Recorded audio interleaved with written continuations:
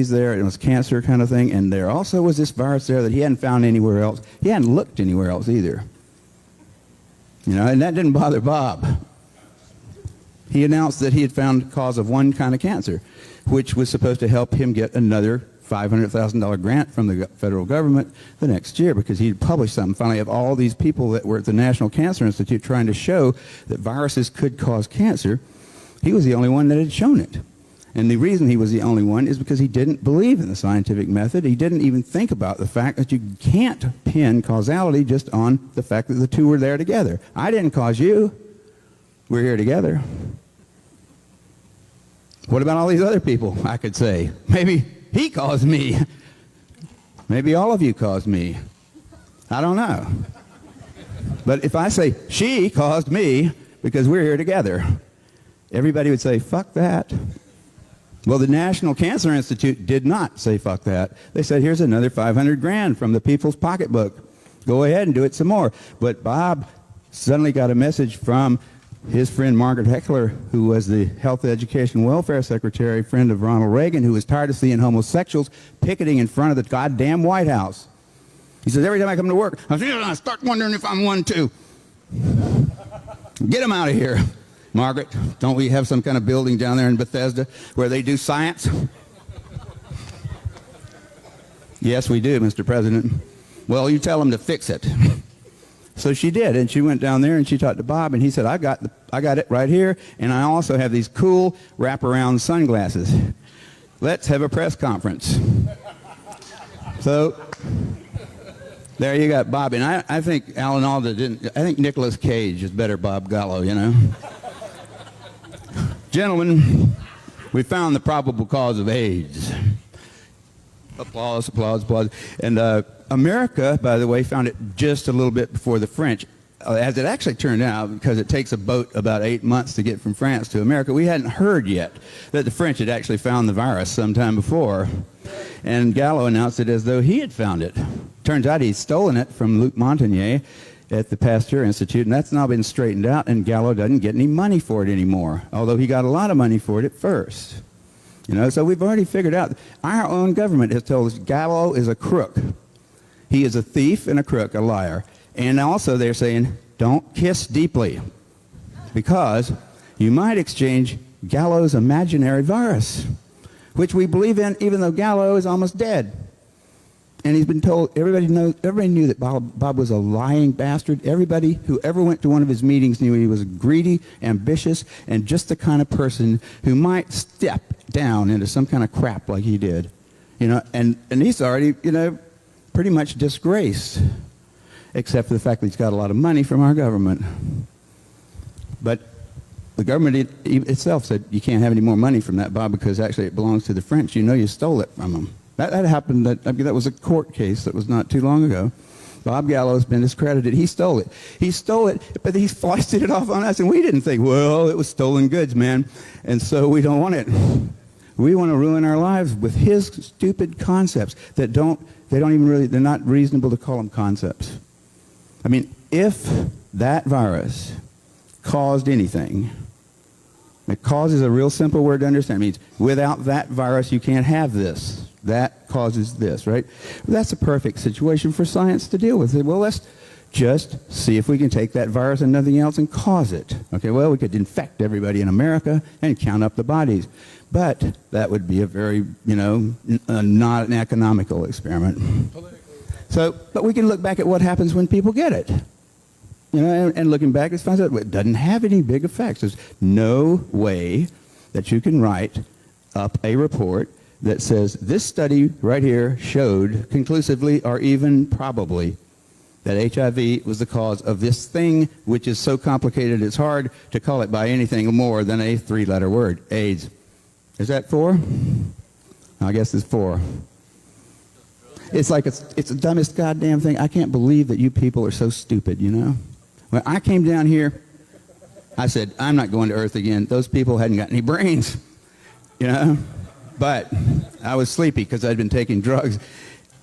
No, I mean, how can this planet have that kind of mentality? Because we are the same people, I think, you know, that like, well, what did we do cool? Let's see. We have good movies. We do make good movies sometimes. And we have a medical system that's a huge dragon. You know, I, being a part of it, don't ever go to it. I don't care whether I have medical insurance or not, because I don't ever partake. I like drugs, but I don't like doctors. I don't like the whole system. I think there's something very scary about people wearing white things like that, you know. It sort of reminds me of church. And I think scientists and church is something you ought to think about, because they've gotten to be sort of the same. I mean, the Catholics pulled out, sort of, and the scientists have moved in.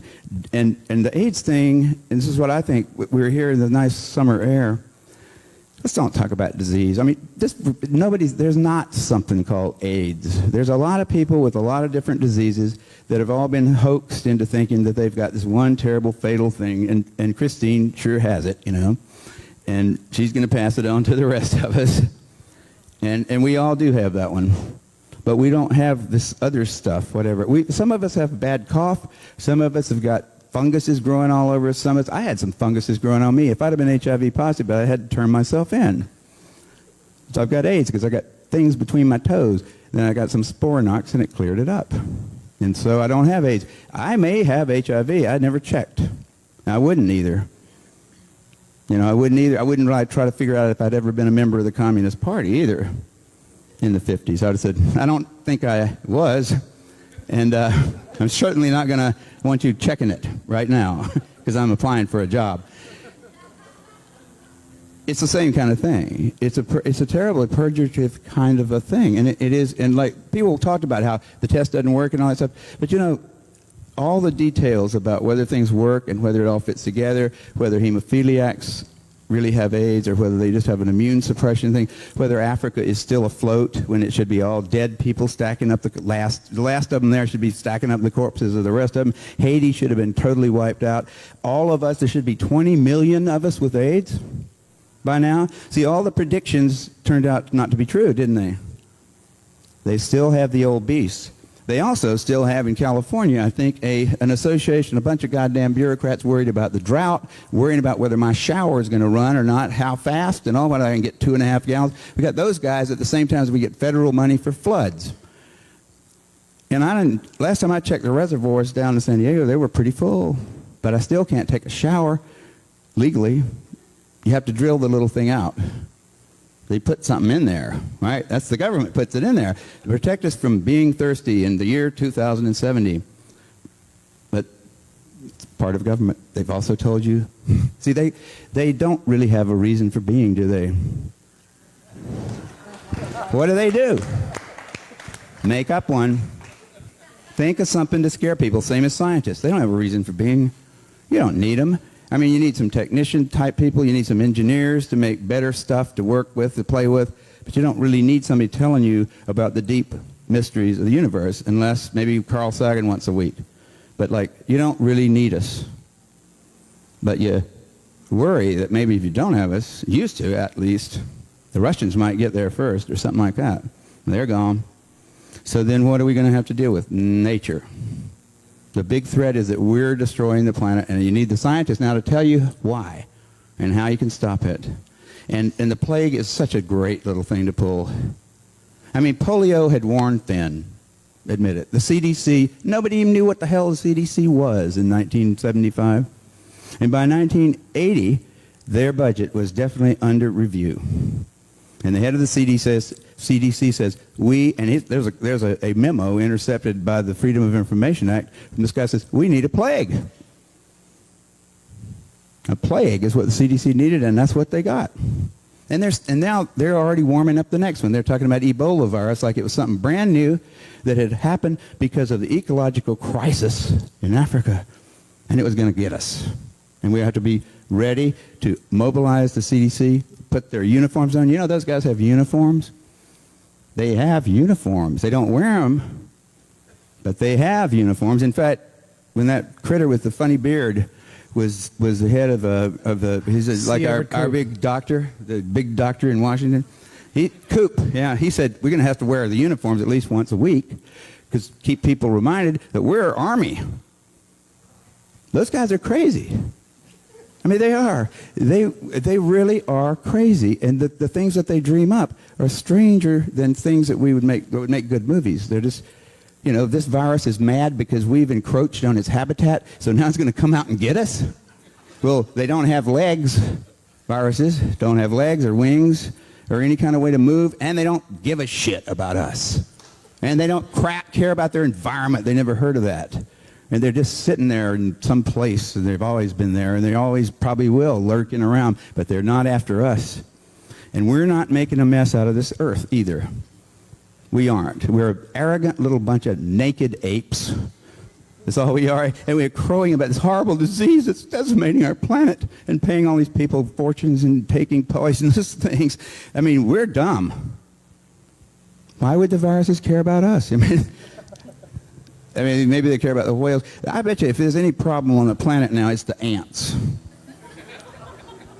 Okay, because, I mean, and I'm straying afield here, but I'm telling you, we're not just talking about the details of the HIV positive test or this pretty little invention of mine that fixed me up good. I mean, if you don't like it, it certainly set me up. I mean,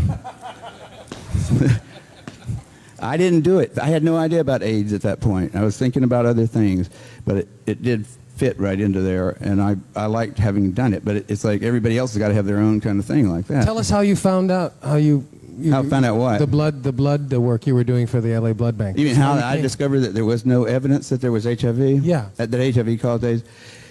Okay, this is my personal story, but I mean, the general fact is there isn't any, and you can check it yourself. You can go to the internet, and you can say, AIDS, cause, return. Go on Alta Vista or something like that, bang, you'll get papers. The first 20 hits you get, out of those there will probably be about 6 or 7 that suggest that there is no evidence, okay? There will be not a single one that suggests that there is evidence for a causal relation between those two things. Now, when I was working down the street here, it was down that way, down toward Michigan Street, a place called Specialty Labs, I was working for those guys 3 or 4 days a month, and I was setting up tests to look for viruses like HIV in the blood supply for LA. And since there were so many people in LA, there was going to be it was a pretty hard to see how are you going to test all the blood. It's about 1,000 bottles every day. So we had put a lot of effort into it, and we've been successful, and I was having to write that up for the people who had paid for it, which is your representative government. And I was writing this little paragraph, and I said, well, I've got to explain why we were doing it in the first place. So I said, well, HIV is the probable cause of AIDS. That was my first sentence, because I thought it was, because that's what I'd heard. And I hadn't questioned it. I just heard it. I said, well, if all these people think that's true, there's probably evidence back there somewhere that suggests it. And so I asked somebody, what reference, what little work of scientific reporting should I quote so that somebody interested in finding out why I thought that could find out himself? The guy said, the guy that I asked was the wrong person to ask. He said, you don't have to quote that. You don't have to say anything. Everybody knows it. I said, well, I don't know why I know it. I just know that I heard it. And in a scientific thing, it's a lot different from a movie where all you have to do is have a character say something you want to have as a fact. In a scientific publication, you are required, by the system, not by the editors of the journals, because they let you get away with a lot of crap sometimes, but you're required by the elements, the scientific things that have made it work, to always tell the person that you're now telling something new to where you started from. You say, I'm starting here, have worked to there. So we moved one small step.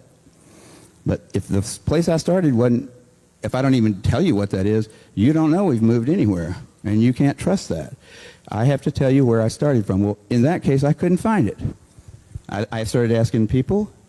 I started getting real sort of uneasy about it after about a year, because I still hadn't written the damn thing, and it was due about a month from when I started it. So it was real late because I couldn't finish it. But I started asking people all over the world because I started traveling about that time, because everybody studying AIDS wanted to use PCR. That was my invention. So I got invited to all these meetings, and I'd tell them how to do PCR. Well, I didn't care that much about AIDS to begin with, but I started caring after I realized none of these people, when asked directly, privately, sweetly, could come up with anything to help me out, and all I wanted to have was one scientific paper to quote that I could say, this is where I got the concept from that HIV is the probable cause of AIDS. And I thought at that point that that's pretty damn significant, because there was a tremendous amount of interest. There were meetings, 10,000 people gather in Amsterdam, 10,000 people gather in various cities around the world every year or two to talk about this work they've been doing at our expense to cure this disease, which they've created at our expense, really. And not a single one of them can find a quote that I could use in a simple little paper to the NIH, that's the National Institutes of Health, that said, the reason you guys sent us $50,000 for this project is because HIV is the probable cause of AIDS, and it would be a good idea to see if it's in the blood supply. Right? There's no way to support that statement. No reason to do that work. It was all a waste of time, except that I enjoyed it. I love to drive from San Diego to LA twice a month. I made a living. And if you think about that, that's where all those guys are making a living. But I changed the question after a while because I was getting no luck with what should I quote. I finally said, when was it that you came to the conclusion? Because you must be, because you just gave a talk about AIDS and HIV. When did you come to the conclusion that HIV was the probable cause of AIDS? Personally, when did you come to the conclusion? And they would generally allude to some paper or something that they had read or whatever, but no one has ever been able to explain to me anything else than I heard it in the New York Times or on TV. Was that fiction or was that fact on TV? It didn't bother anybody to even think about it. I don't know how it is that we all overlook real obvious things like that. But we've done it before on this planet. We do it regularly. It's expected of us to be idiots. Have you ever taken a philosophy course, like an introductory one? I took a bunch of them because they had girls in them, and that my chemistry courses at Berkeley didn't. So I strayed over to the philosophy department a lot. And I thought, this is the most useless information I've ever, but there are some nice reasons to be here. So lately I've started realizing that this is really, this whole thing, it brings out, and from like Christine's story, to Paul's, like, I'd say, he's kind of young still. The Georgia Tech boys, we're not, I'm one too. But I've aged, and matured. And so I don't jump on him. I'm a libertarian, by nature, but I've become more and more so as I've realized how little I really know about things. And it is not a good idea, I think, to try to find another cause for AIDS before we have found out whether or not the one that the world believes is true and which has caused them so much disaster. See, the cause of AIDS, supposed HIV, has caused a lot more trouble in the world than AIDS itself. So the thing to do is to don't worry about AIDS right now. It'll go away, by God. It is going away, and it will continue to go away unless the government raises the ante. They're paying $2,500 a year to every county for every AIDS patient. So there's a reason to have AIDS in my county if I'm the health guy, because it's my budget. Like if you think about how many AIDS cases they can claim to have in LA, multiply that by $2,500, and think about how many cars and stuff you can buy with that, you can see why there's an impetus for like saying, if there's anybody that looks anything like an AIDS case, call it AIDS. And don't you listen to Kary Mullis. He's against the state and humanity and your daughter. But AIDS is going away nonetheless, and if we stop funding it, it would vanish overnight.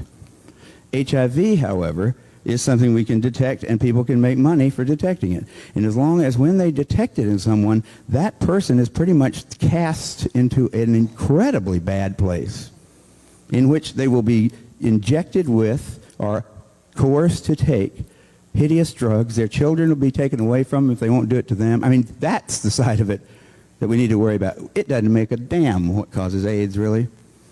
But the question that we should be asking is, why have we decided that having HIV makes you our favorite Jew, nigger, smoker, whatever we want to jump on, right? You're the perfect one because you brought it on yourself while your lascivious behavior.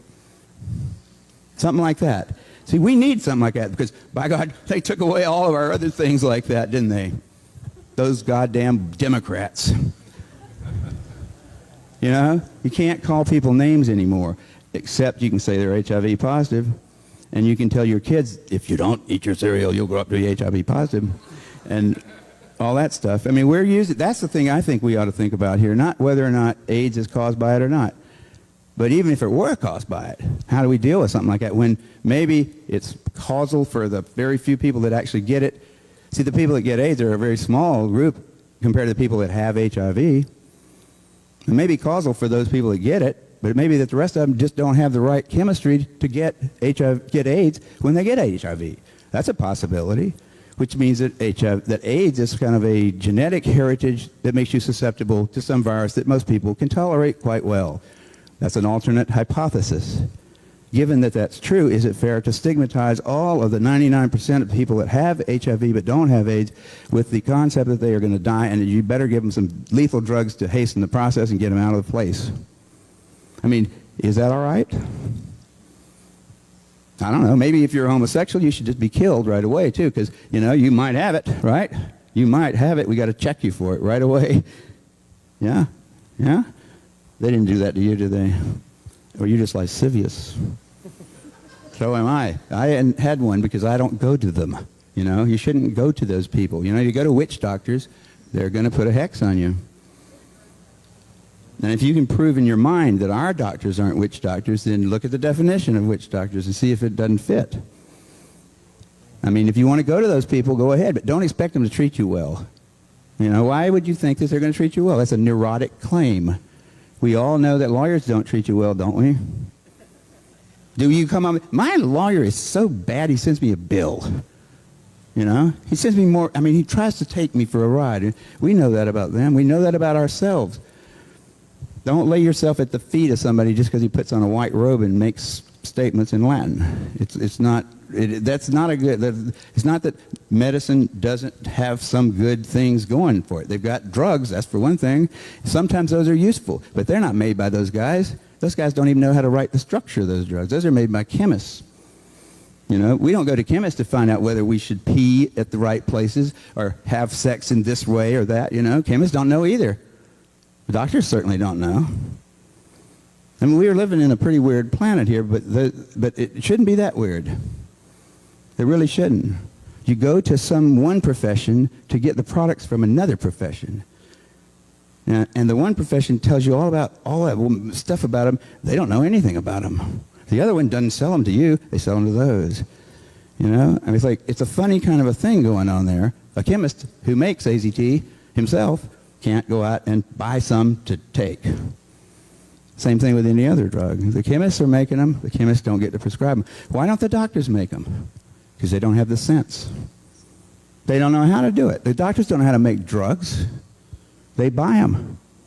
And if they've got anything else, I'd like to see it. You know, what has changed? What is the difference between our medical people and witch doctors? It's drugs. Now, they don't make them.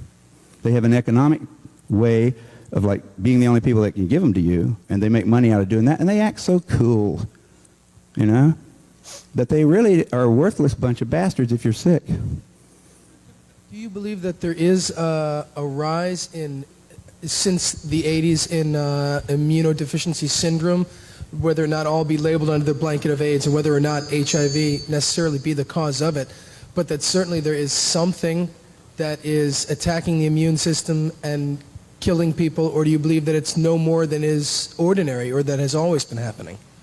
For one thing, I've never been able to quite figure out what an immunologist is talking about when he describes the condition of having antibodies to some foreign virus as being an immunodeficiency.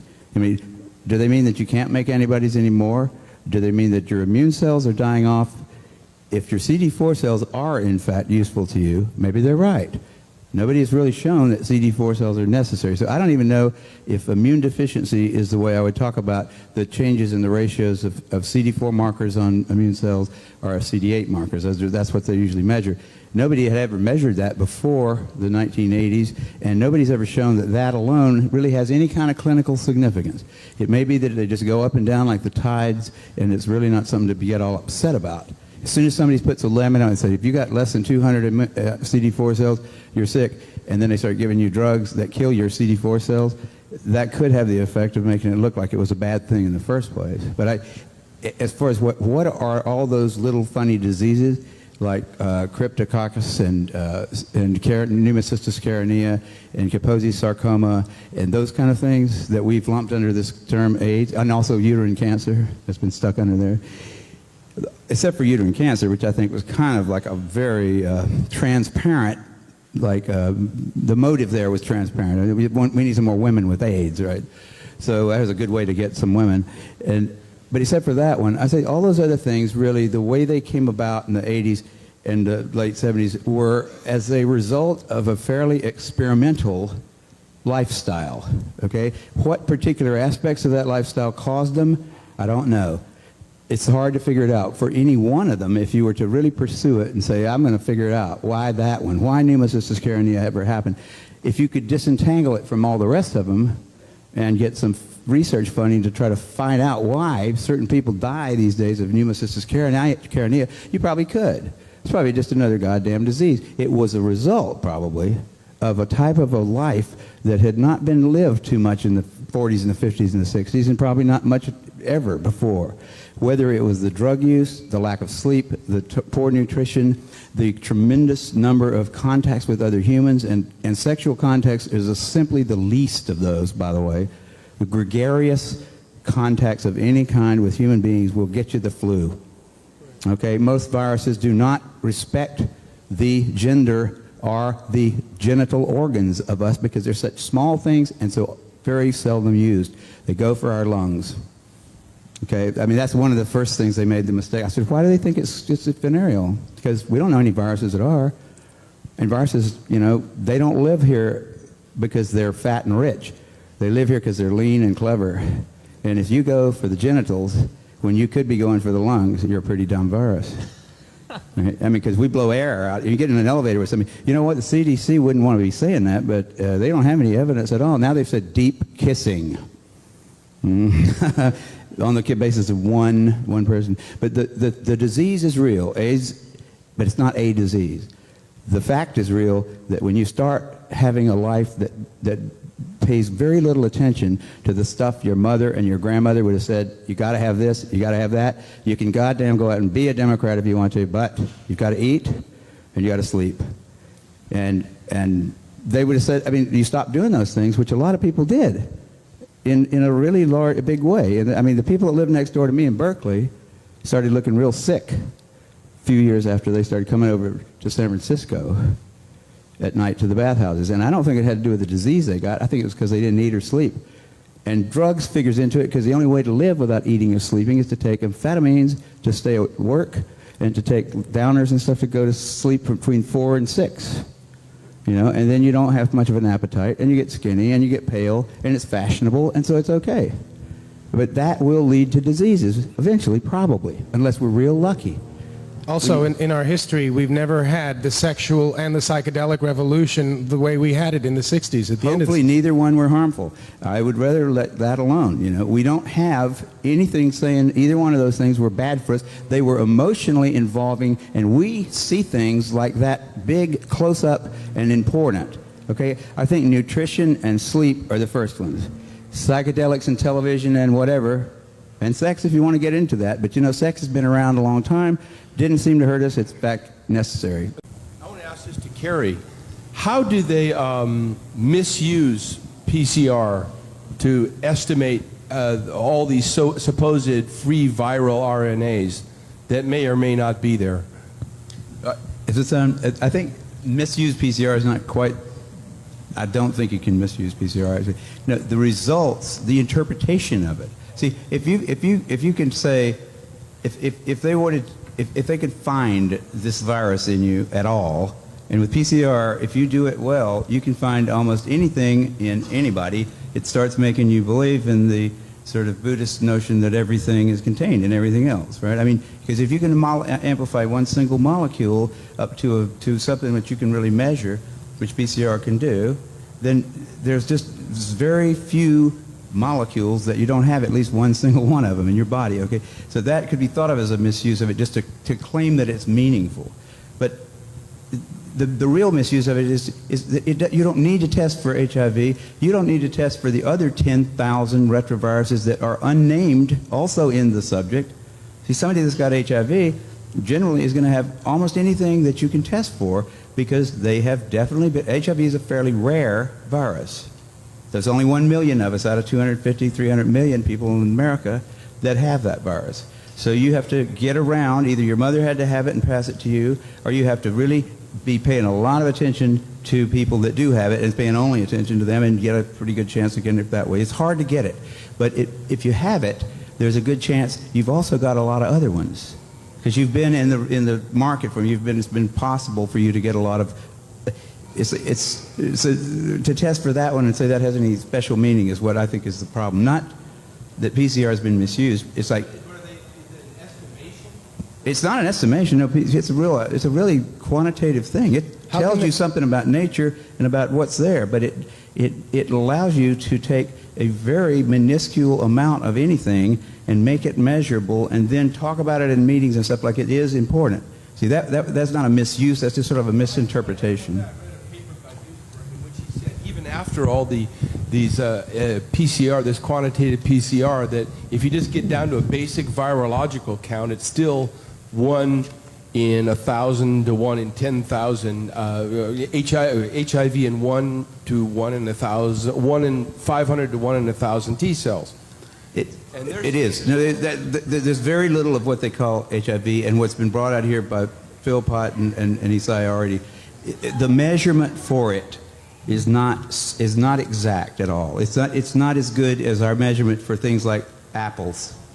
An apple is an apple. You know, you can get something that's kind of like, if you got enough things that look kind of like an apple and you stick them all together, you might think it's an apple. But and HIV is like that. Those tests are all based on things that are invisible, and the results are inferred in a sense. PCR is separate from that. It's just a process that's used to make a whole lot of something out of something. That's what it is. But it's not. It doesn't tell you that you're sick, and it doesn't tell you that the thing you ended up with really was going to hurt you or anything like that. That's why it's not. So even if you believe in HIV, it can't tell the difference between virus particles or active live virus. I mean, there's a lot of questions involved in this.